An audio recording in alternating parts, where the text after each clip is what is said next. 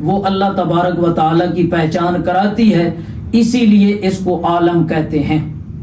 مگر عالمین کی مراد معین کرتے ہوئے مفسرین کرام اس کے 3 مفہوم ذکر کرتے ہیں۔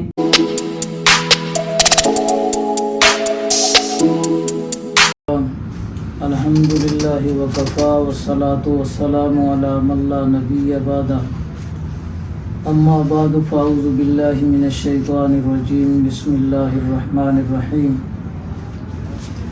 الحمدللہ رب العالمین الرحمن الرحیم مالک یوم الدین، صدق اللہ العظیم۔ محترم سامعین کرام،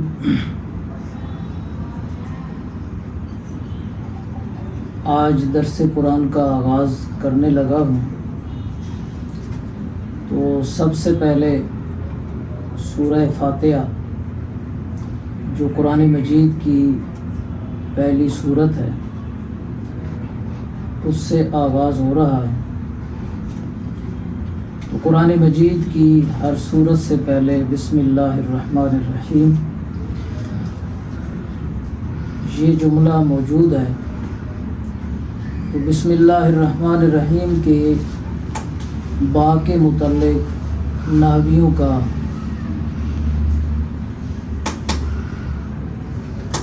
ایک گروہ یہ ہے کہ وہ فرماتے ہیں کہ یہ با استعانت کی ہے۔ پڑھنے والا یوں کہتا ہے کہ میں اس کلام کو اللہ کریم کے نام سے مدد چاہتے ہوئے شروع کرتا ہوں۔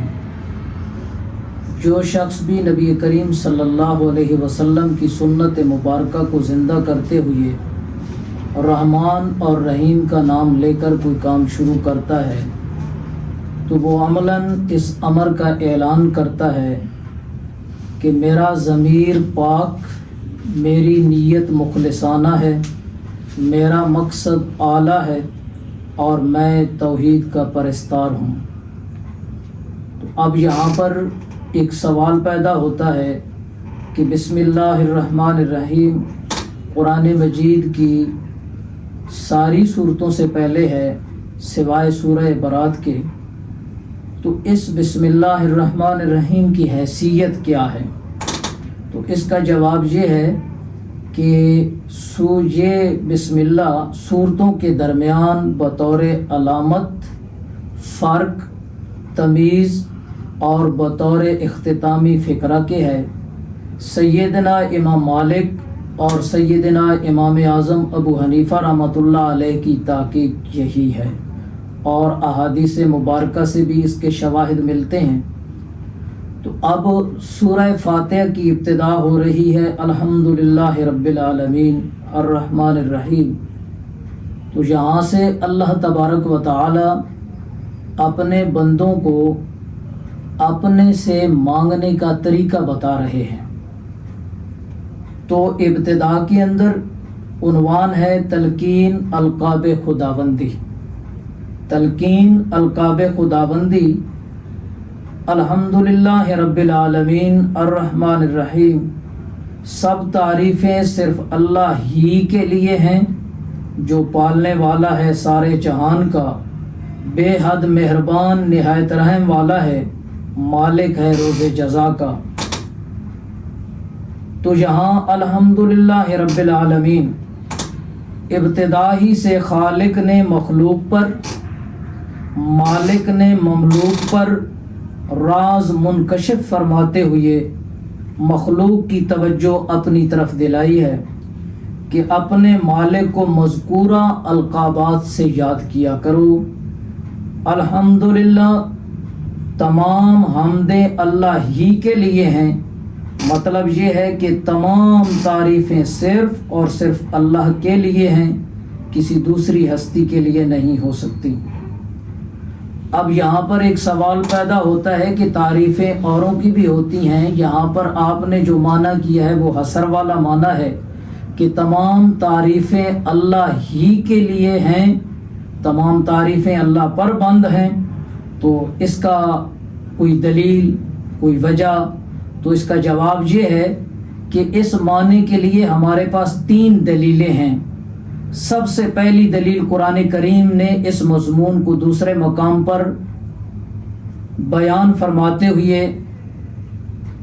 ذکر کیا ہے اس کو کہ جس کا معنی مفہوم یہ بنتا ہے کہ تمام حمدیں تمام تعریفیں صرف اللہ ہی کے لیے ہیں۔ تو قرآن مجید کی سورہ قصص ہے، اس کے اندر اللہ فرماتے ہیں وَلَهُ الْحَمْدُ فِي الْأُولَى وَالْآخِرَةِ، اور صرف اسی ہی کے لیے ہیں تمام حمدیں دنیا اور آخرت میں۔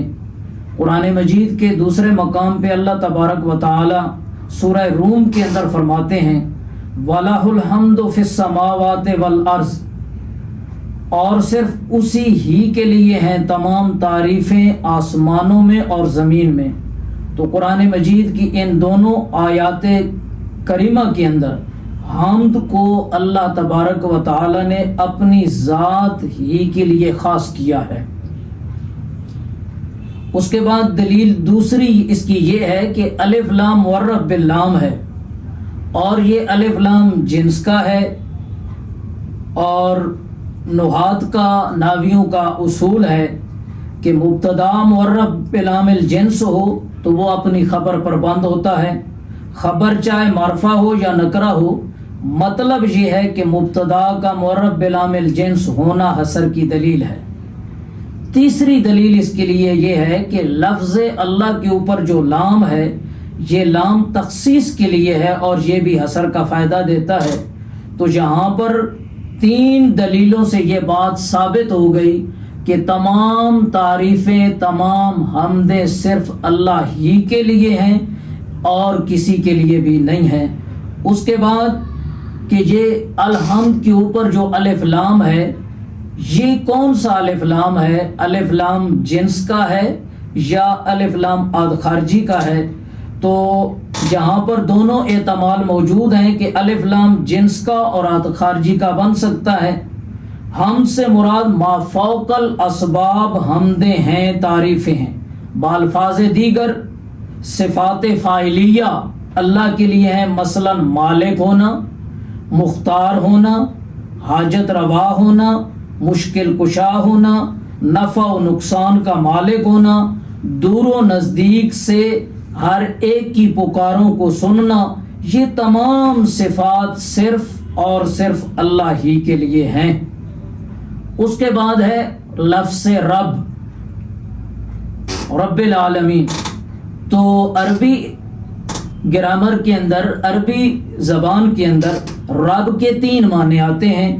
پہلا معنی سردار، مثال کے طور پر رب العبد، اس کا معنی اے سید العبد۔ دوسرا معنی رب کا ہے مالک، جس طرح عربی زبان کے اندر بولا جاتا ہے رب الدار اے مالکہا۔ تیسرا معنی ہے کسی چیز میں اصلاح کی خاطر تصرف کرنا، کسی چیز میں اصلاح کی خاطر تصرف کرنا۔ مگر رب بمعنی تربیت، اور تربیت کسے کہتے ہیں؟ کسی چیز کو اصلی استعداد کے مطابق کمال تک پہنچا دینا، کسی بھی چیز کو اس کی جو ازلی استعداد ہے اس کے مطابق کمال تک پہنچانا۔ اس کے بعد تربیت کے دو رکن ہیں، تربیت کے دو رکن ہیں۔ پہلا رکن ہے کہ جس چیز کی تربیت کی جا رہی ہے اس چیز کو مضرات سے محفوظ رکھنا، نقصان دہ چیزوں سے اس کو محفوظ رکھنا۔ دوسرے نمبر پر اس چیز کی جتنی ضروریات ہیں یا جتنے منافع ہیں اس کو پہنچا دینا۔ تو تربیت کی دو قسمیں بن جاتی ہیں، ایک تربیت ہوتی ہے جسمانیہ اور دوسری تربیت ہوتی ہے روحانیہ۔ جسمانیہ تربیت کا تعلق نشو و نما کے ساتھ ہوتا ہے، بدن کے اندر بڑھوتری، تو یہ کام والدین، اطباء اور ادویات کے ذریعے ہوتا ہے۔ دوسری قسم جو روحانی ہے، یہ روحانیت انسانیہ عقائد فاسدہ، اخلاق رذیلہ سے محفوظ ہو کر عقائد حقہ، اخلاق حمیدہ سے متصف ہونے کو کہتے ہیں۔ اور یہ کام انبیاء علیہم السلام، اولیاء کرام، علماء اعظام، کتب سماویہ کے ذریعے ہوتا ہے۔ مگر اللہ تبارک و تعالی جسمانی اور روحانی تربیت دونوں ہی کرتا ہے۔ اللہ تبارک و تعالی جسمانی تربیت بھی کرتا ہے، روحانی تربیت بھی کرتا ہے، کیونکہ اللہ کریم جسم اور روح دونوں کا مربی ہے۔ اللہ کریم جسم اور روح دونوں کا مربی ہے۔ اب بات آ گئی عالمین کی، تو عالمین عالم کی جمع ہے۔ بعض مفسرین کے نزدیک عالم راحتن کی طرح خود جمع ہے، اس کا کوئی مفرد نہیں ہے۔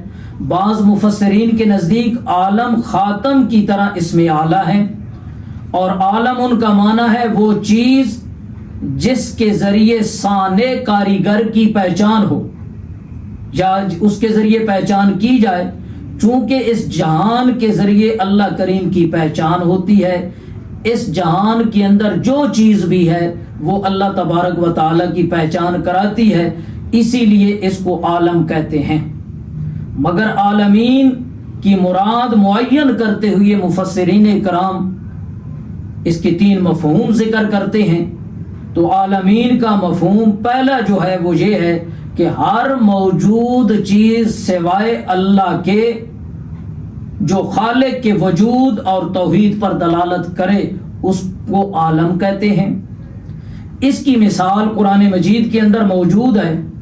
تو اللہ تبارک و تعالی فرماتے ہیں قال فرعون وما رب العالمین، تو فرعون نے جب موسیٰ علیہ السلام سے سوال کیا کہ رب العالمین کون ہے، تو آگے سے موسیٰ علیہ السلام نے جواب دیا قال رب السماوات والارض وما بینہما ان کنتم موقنین۔ فرعون نے کہا کیا حقیقت ہے رب العالمین کی؟ آپ نے فرمایا رب ہے آسمانوں اور زمین کا جو کچھ ان کے درمیان ہے، اگر تم یقین کرنے والے ہو۔ تو دوسرا مفہوم عالم کا انسان اور جن ہے، اس کی دلیل بھی قرآن مجید کے اندر موجود ہے۔ لیکون للعالمین نذیرا، سورہ فرقان ہے، تاکہ وہ تمام لوگوں کے لیے ڈرانے والا بن جائے۔ عالمین کا تیسرا مفہوم عالم کا صرف انسان ہے، اس کی دلیل بھی قرآن مجید کے اندر موجود ہے۔ اتاتون الذکران من العالمین، کیا تم جہان والوں میں سے مردوں کے ساتھ شاوت رانی کرتے ہو؟ تو اس عالمین کا جو مراد ہے وہ کبھی تو انسان اور جن ہے، اور کبھی اللہ تبارک و تعالی کے سوا ہر چیز ہے، اور کبھی صرف انسان ہے۔ تو انشاءاللہ اس کے متعلق کلام آئندہ بھی جاری رہے گا۔ اللہ تبارک و تعالی ہمیں قرآن مجید سمجھنے کی توفیق عطا فرمائے اور اس کے اوپر عمل کرنے کی توفیق عطا فرمائے۔ وما علینا الا البلاغ۔